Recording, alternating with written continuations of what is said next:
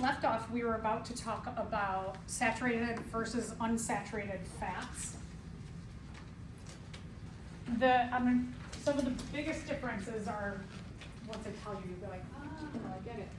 The saturated fat is solid at room temperature. Unsaturated fat, like oils, are liquid at room temperature.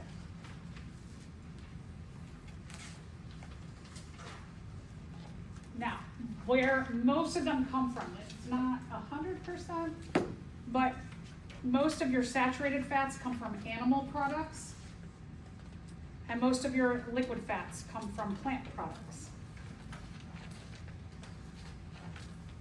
If you remember, some of you started building the triglyceride, the fatty acid with the three tails. We'll talk about the bonding between the carbons in those tails and how that determines, based on their structure, whether they are solid at room temperature or liquid at room temperature. So here's some of your saturated fat. So you saw butter already. There's a lot of fat on bacon. Or if you're thinking about a steak, you can see that solid fat on there. So when these are at room temperature, they're solid. Some of them even, some of this stays solid even. You get some bacon grease, right? When you cook it up, that becomes liquid, but some of it still stays solid. This too, you'll get some of this will liquefy, but most of it will stay solid even after you cook it. So it looks like this. What this means, the colors are a little different than the ones that you used in lab.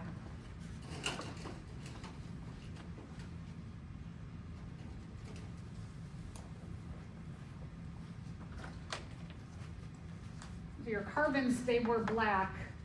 Your oxygens were red, but the hydrogens were white, if you remember that from lab. So one of these tails here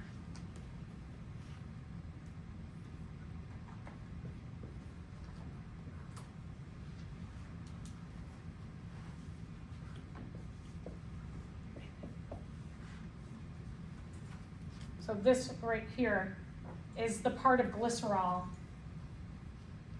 that glycerol backbone. If you remember when you did the dehydration synthesis to put each of the tails on, that you lost. Oh, sorry, wrong way. Oh, yeah, well, they both have an OH. Oh, well.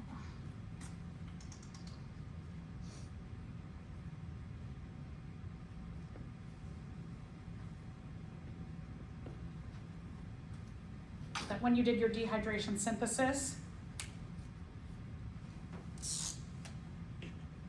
you took off the OH and you took off the H.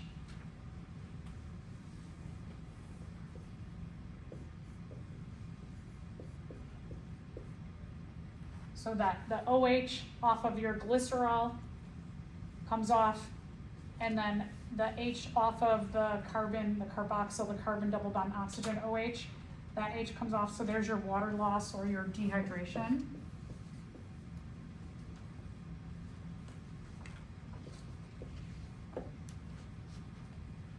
And then this oxygen that's left over becomes that little bridge between the glycerol and then the rest of that tail. Then, yeah. Will this be on exam? I could have the dehydration synthesis of the triglyceride. Okay. Yeah, so I know we went over that last week, so this is kind of building on that. So if you remember this. Yeah. Yeah. So I could have started here to make it maybe more clear that,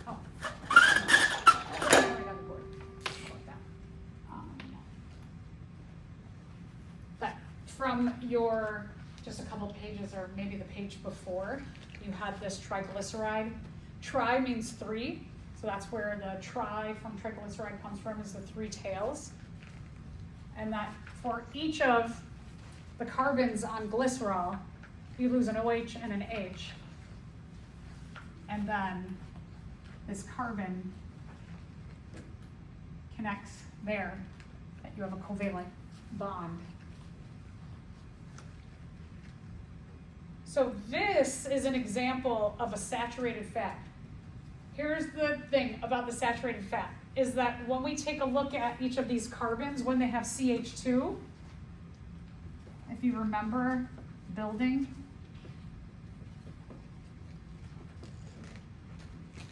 that where you have the CH2, what that means is that you have a carbon bonded to another carbon, and then the H2 means that the other two bonding places for carbon are a hydrogen and a hydrogen. Hydrogen and a hydrogen, hydrogen, hydrogen. So that all of these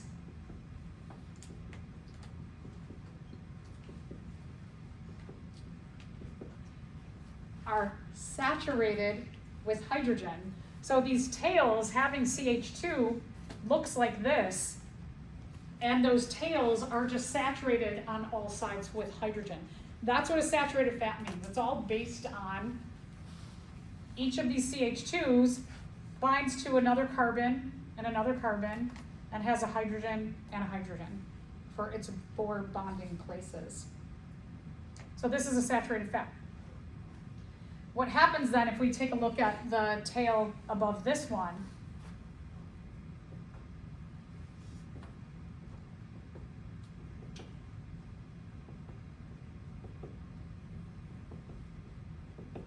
Is the whole fat becomes saturated with hydrogens. There's so many hydrogens on there. Saturated fat, saturated with hydrogens. These bonds typically will cause the structure of the tails to be about straight across. And so them being straight across makes them like this with the hydrogens in between. So it's packed together. So you can see how there's no space in between here, right? What that means in its structure is that all of these tails are close together and nothing can get in between, so that this packing of the hydrogens in between the tails, that's what makes it solid, this kind of fat solid at room temperature, because nothing can get in between there. And that's all we mean by saturated fat. So back to the other illustration here, is that you're seeing,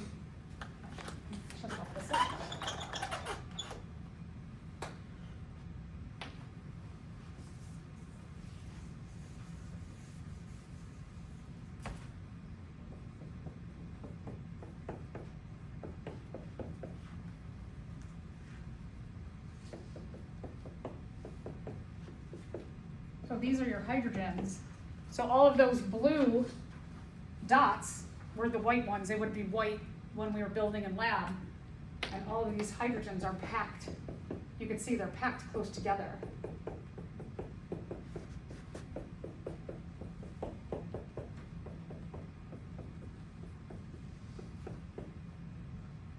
That the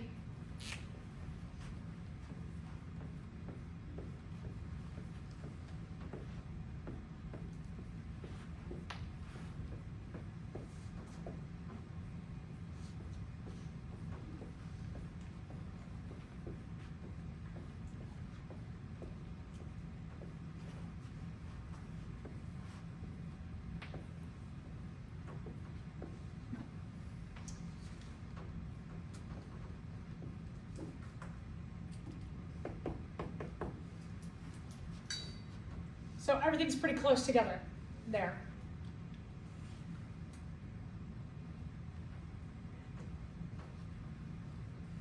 You don't have any space in between here.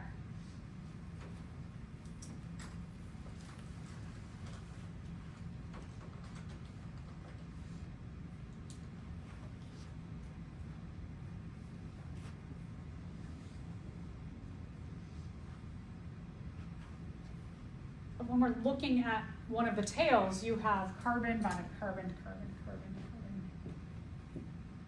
All these bound across. They're bound across.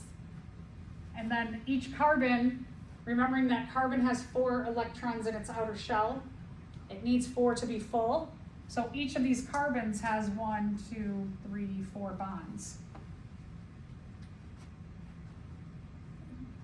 So 1, I'm just going to skip over that one, because we're not seeing the hydrogens on the other side. There's also hydrogens on the other side. But each of these carbons essentially has 1, 2, 3, 4. Carbon bonded to carbon, and then also has 2 hydrogens. So we have a saturation of hydrogen in our saturated fat. I was thinking, when I first learned about this, I thought, oh, it's more complex than that, but it's really not. That's all it is. So, let's talk about unsaturated fats, and based on their structure, they behave differently.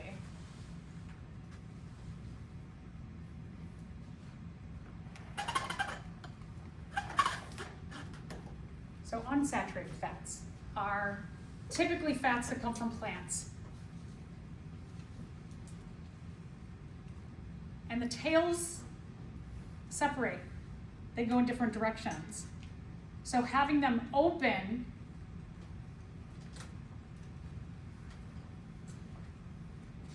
allows them to be liquid at room temperature. They don't have as many hydrogens either. They are unsaturated with hydrogens. They are not saturated with hydrogens. And we'll look at the bonding to see why and how that is. Mostly these are plant fats.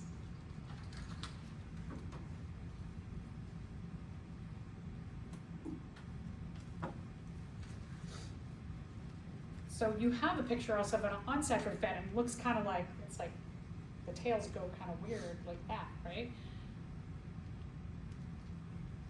So what's happening here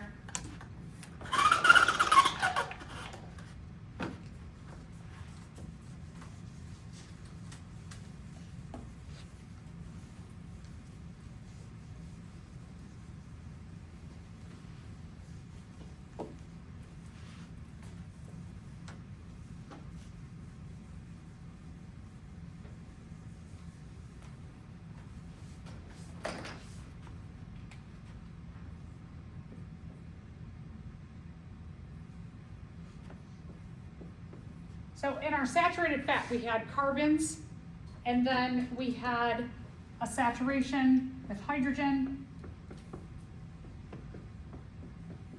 But we're going to change that with our unsaturated fats. What happens with unsaturated fats are that instead of having 1 bond, they will often have 2 bonds, a double covalent bond, 2 covalent bonds between the carbons. So let's just put in a couple, and now let's change this to see what happens when you have a double covalent bond between 2 carbons, because remember, carbon can only bond with 4 things. It can only make 4 covalent bonds. So let's count now. 1, 2, 3, 4, 5. So what we do is we get rid of one of these hydrogens. So less saturated with hydrogen.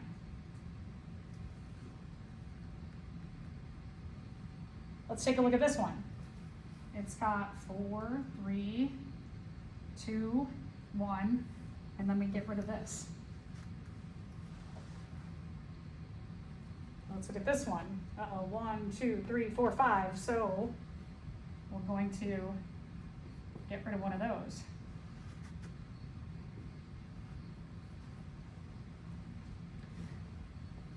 If we just keep going and building on this, what if you have a carbon with a double bond to another carbon, to another carbon? We have double bonds between them. 3, 4, so this would be 1, 2. 1, 2, 3, 4. This one gets no hydrogens. If you have a double bond on this side to a carbon and a double bond on that side to a carbon, you don't get any hydrogens. So this one too. This one has a double bond on each side. So 1, 2, 3, 4. No hydrogens. So looking at like this carbon, for example, if it can make 4 covalent bonds only, and there's a double bond between this carbon and a double bond between this carbon, here's 1, 2, 3, 4 bonds. Doesn't need any hydrogens then. No, doesn't need any hydrogens. Doesn't get any hydrogens. So what happens here is that when we start taking a look at these, if I get rid of these spots where hydrogens might have existed before,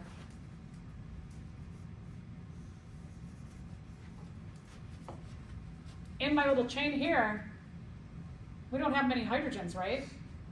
So that makes this unsaturated because there will be double covalent bonds between some of the carbons, and it leaves it unsaturated. When you build double bonds between 2 carbons, instead of just going straight across, they start to go like this. And they start to make these curves in the tail. So like this, for example, right here,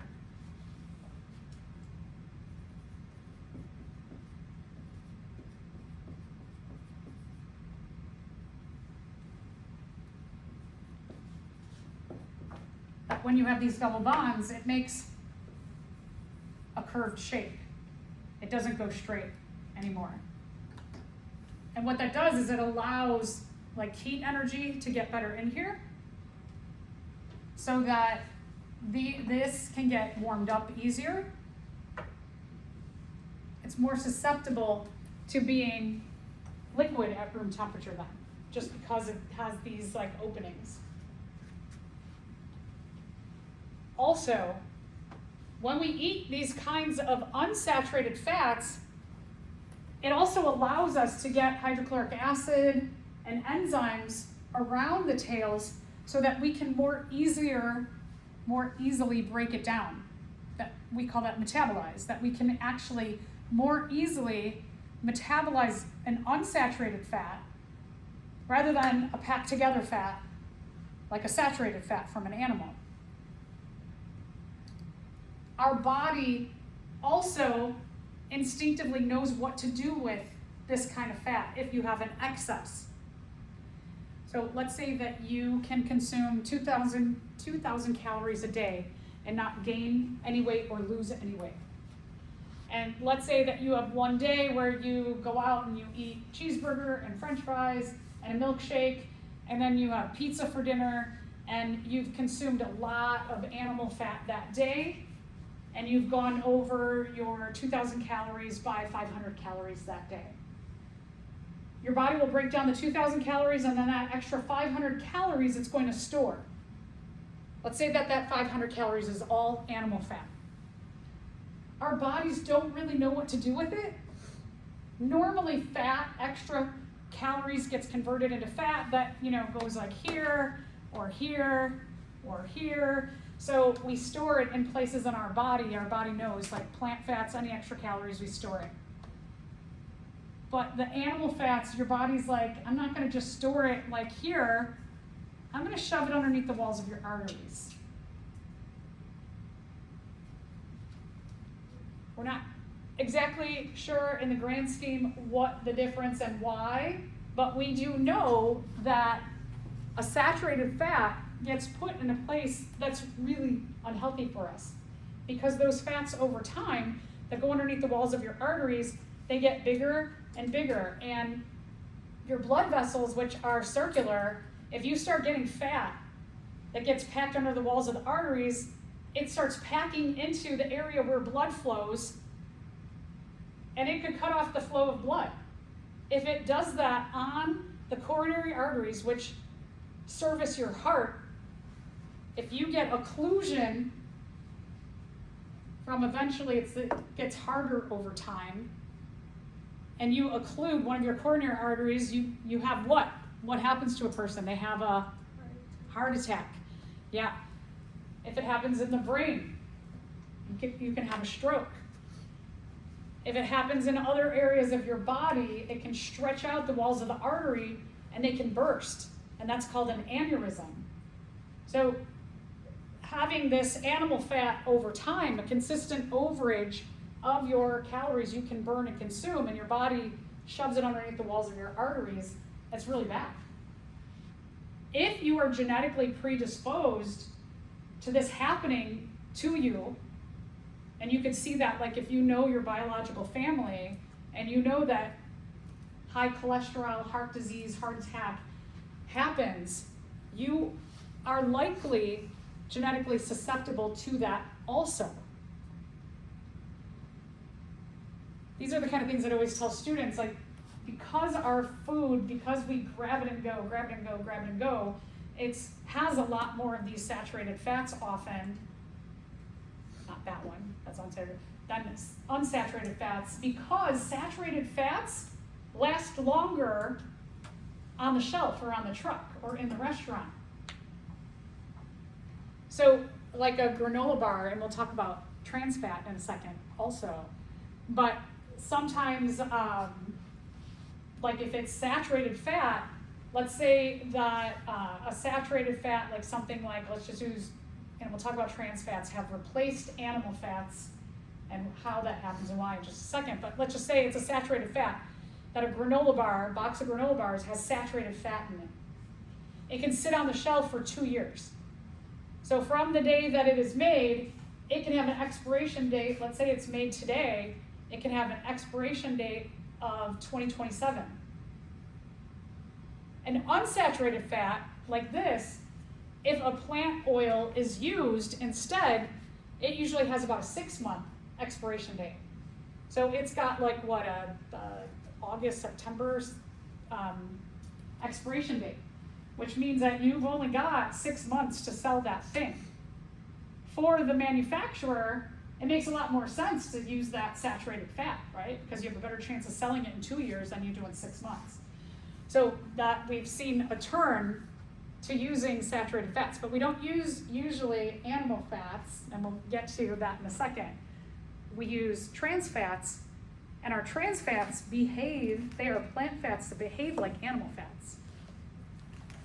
And I'll draw that out, we'll get to that in a second. Oh, we're getting to it right now. Okay, so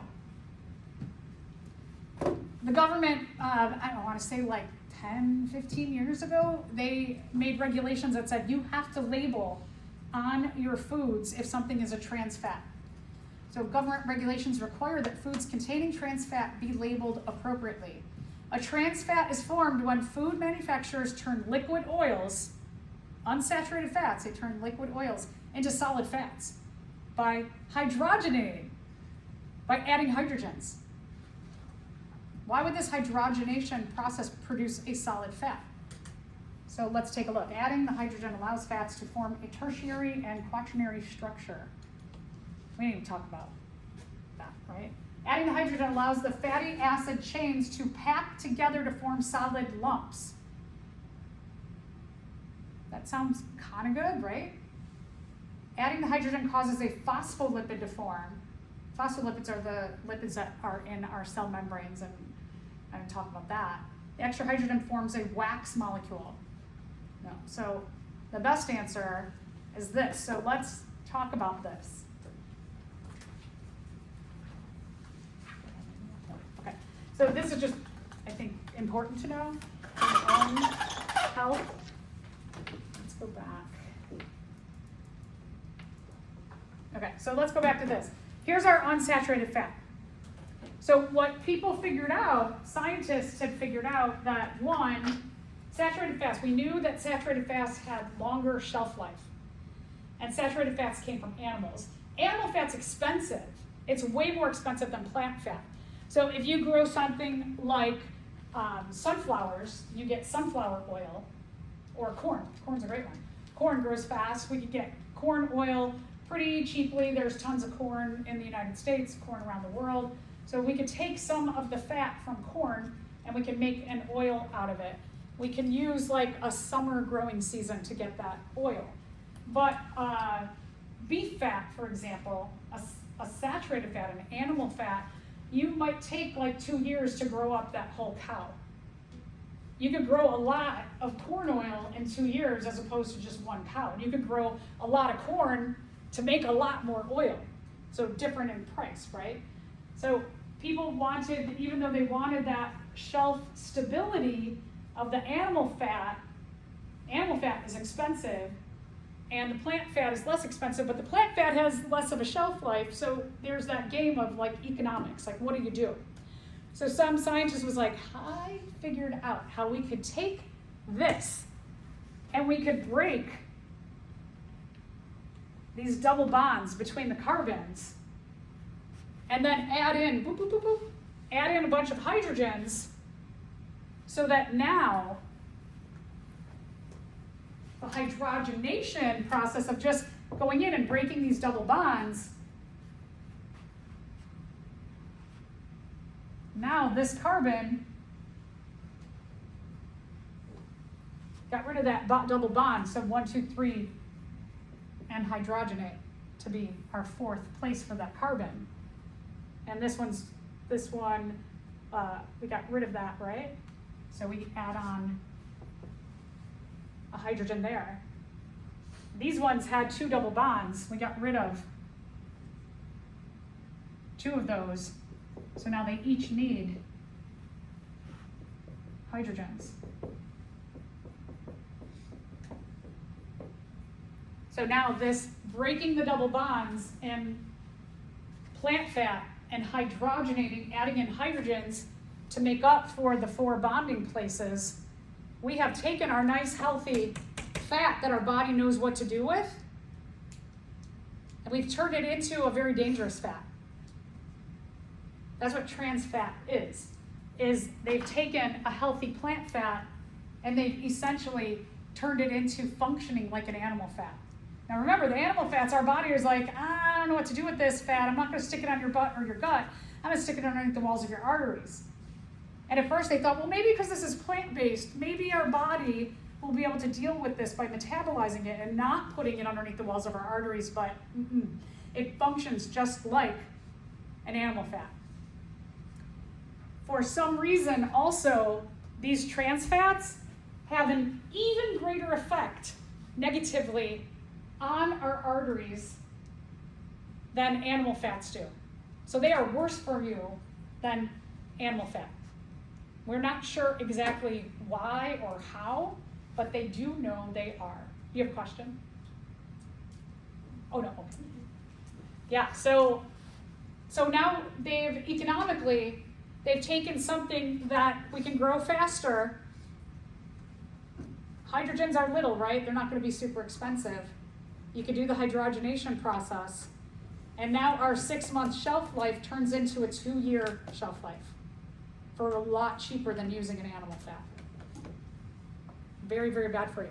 So whenever if you're like, holy cow, go to the grocery store and look at a lot of your packaged foods that have fat in them. See, do they say beef fat, or likely they say something like hydrogenated fat, or they say trans fat.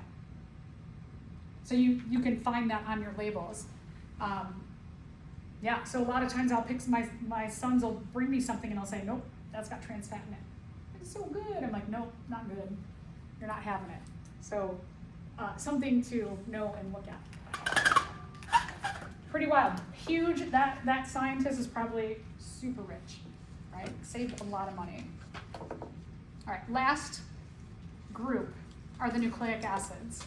Nucleic acids like DNA and RNA, their monomers are the nucleotides.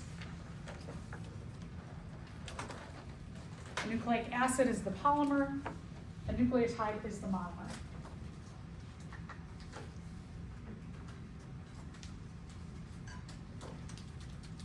We will spend a whole unit talking about nucleic acids because they are so important to how we are organized and constructed. In our DNA, actually like kind of 2 units to really spend on DNA. But we'll talk 1 unit just about the structure and what that means in terms of like reading DNA. All right, all nucleotides have 3 parts. They have a 5-carbon sugar. If it's DNA, it's deoxyribose 5-carbon sugar. If it's RNA, it's ribose. They have a phosphate group. And they have a nitrogen-containing base, which can be one of 4 things in DNA. For DNA, it can be A, T, G, and C. Sorry, I don't have these highlighted. I apologize. There's some things in here that you need to write that I don't have highlighted.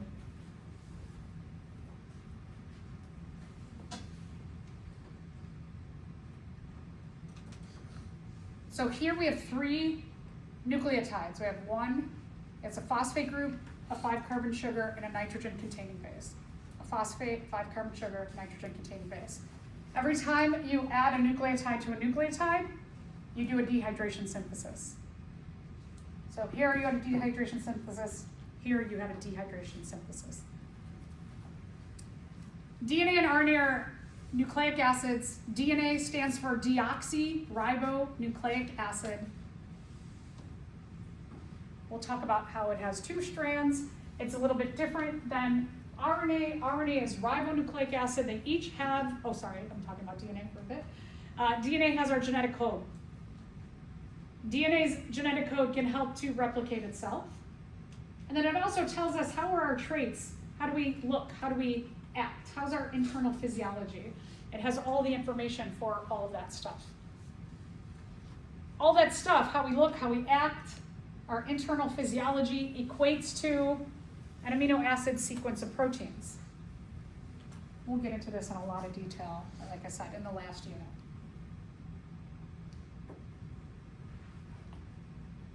So again, nucleotide structure. You really just need to know not this amount of detail, just that what you have on the top of your page. A phosphate group, a 5-carbon sugar, a nitrogen-containing base. RNA is 1 strand. We'll talk about the strategy, why it's 1 strand as opposed to DNA being double-stranded later. This is a translator. RNA takes the information that DNA codes for, and it helps to make the proteins. Some of this might be kind of ringing a bell a little bit. So those are the 2 main nucleic acids that we talk about in this unit. There's other nucleotides that are important, like coenzymes.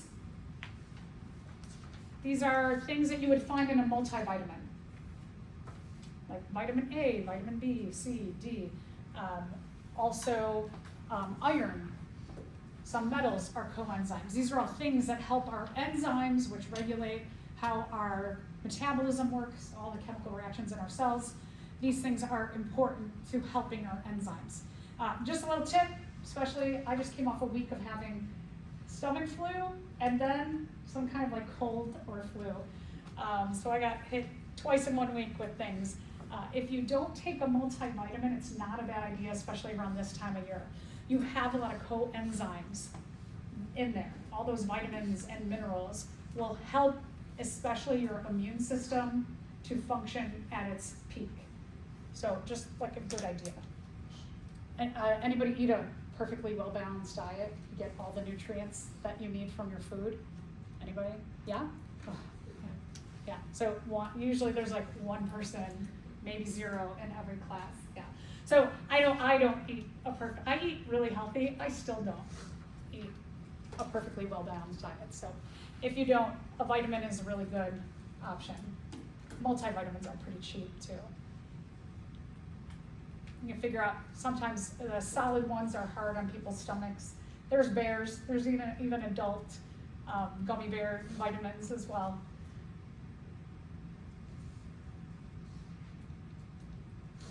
The other nucleotide I want to mention that we will end up talking quite a bit about in this class is ATP, which stands for adenosine triphosphate. This is like how our cells run. This is the currency they take, or like kind of like I like to say the money they take. It's like little bits of energy, a real small unit of money that even though like our food, which is like dollar bills, $10 bills, $20, $100 bills, those are big. Your cells are like, I can't exchange this.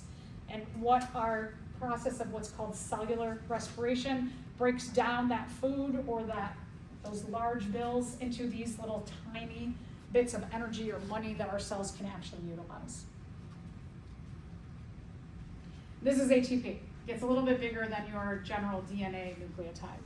You don't have to know that. Let's answer this question. This is one of those analogy questions. So what you want to be thinking is in terms of, we talked about glucose and starch. Which biomolecule group did they belong to?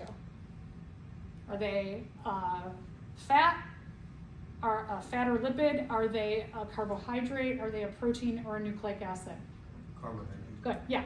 Okay, so there, if you look at this and you're like, okay, now I notice glucose and starch, I remember those were carbohydrates. So you want to think glucose is a what and starch is a what in terms of the carbohydrates. Glucose is a single ring sugar. It's a simple sugar. We call that a monomer or a monosaccharide. Starch was a bunch of those sugars in a chain. That's a polysaccharide. So here's what you're looking for, is a relationship in here where you have a monomer and a polymer for one of the biomolecule groups.